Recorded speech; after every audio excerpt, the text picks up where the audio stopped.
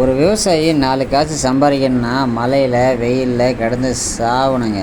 இல்லைன்னா 10 பைசா சம்பாதிக்க முடியாதுங்க. அதை வச்சு எந்த செலவும் பண்ணவும் முடியாதுங்க. இன்றைக்கி விற்கிற விலைவாசியில் விவசாயம் மட்டும்தான் செஞ்சு பிழைக்கணுன்னா எதையுமே பண்ண முடியாதுங்க. வர்ற காசை பூரா விவசாயத்தில் வர்ற காசை பூரா செலவுக்கு தாங்க சரியாக இருக்கும். எந்த ஒரு சேமிப்பும் செய்ய முடியாது. ஏதோ ஒரு 5 ஏக்கர் 10 ஏக்கர் வச்சுருந்தா பரவாயில்லைங்க.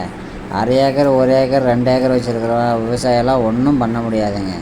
இதை வச்சு எப்படிங்க பிழைக்கிறது? எல்லாத்துக்கும் நம்மளே ஆள் கூலியே வச்சு கூலிக்கே ஆள் வச்சா எதுவுமே பண்ண முடியாதுங்க. இன்றைக்கெல்லாம் வாரத்துக்கு கூப்பிட்டா எல்லாம் ஜேசிபி தாங்க கொண்டு வராங்க. ஜேசிபி கொண்டு வந்து டிராக்டர் வச்சு தாங்க ஓட்டுறாங்க. அப்போ ஜேசிபி வாடகை, டிராக்டர் வாடகை எல்லாமே சேர்த்து கொடுக்க வேண்டியதாக இருக்குங்க. அப்படி இருக்கும் பொழுது இப்படி என்ன பண்ணுறதுன்னு யோசித்தா, சரி நம்ம தாங்க செஞ்சாகணும், வேறு வழி இல்லைங்க. அதனால் எருவெல்லாம் கட்டி கலப்பு மேலே எடுத்து போட்டுன்னு நம்ம கொண்டு போய் கொட்ட வேண்டியதாக இருக்குங்க. பாருங்கள், இதுதாங்க விவசாயியோடைய பொழப்பு.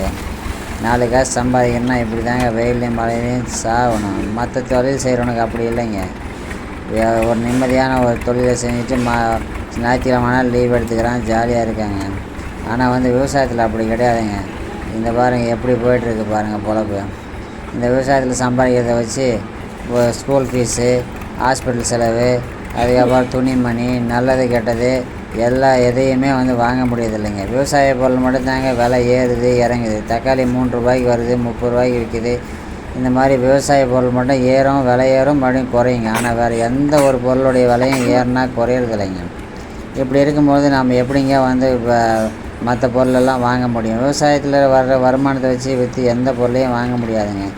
ஏதோ முடிஞ்ச அளவுக்கு நம்மளை மிச்சப்படுத்தி இந்த மாதிரி நம்மளே ஒரே ஆள் கஷ்டப்பட்டால் தாங்க இது முடியும். நம்ம வீட்டில் இருக்கிறவங்க மட்டும் இதோட ஏதோ 4 மாடு 4 ஆடு இந்த மாதிரி வச்சுக்கிட்டு ஏதோ காலத்தை தள்ளினா தாங்க முடியும்.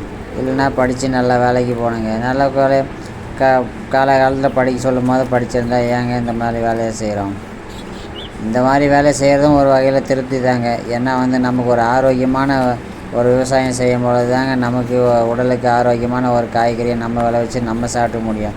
யாரோ விளைவிச்சு யாருக்கோ கொடுக்கணுன்னும் போது அவங்களோட எவ்வளவு அக்கறையோடு செய்வாங்கன்னு யாருக்கும் தெரியாதுங்க. நம்மளே சாப்பிட்றதா இருந்தால் நம்ம பார்த்து செய்யலாங்க. நமக்கு தேவை காசு தாங்க முக்கியம் நிறைய பேருக்கு. ஏன்னா விவசாயியோடைய வயிற்று பொழப்பு அந்த மாதிரிங்க. அவனுடைய பட்டினி, பசி, பஞ்சம், பட்டினி. அதனால் அவன் எல்லாத்தையும் தேடி போகிறான். அவனுக்கு எத்த தின்னா பித்தம் தண்ணின்ட்டு அதை ஏதோ ஒன்று தேடி போயிட்டுருக்காங்க. இந்த வீடியோ பிடிச்சா லைக் பண்ணுங்கள், ஷேர் பண்ணுங்கள்.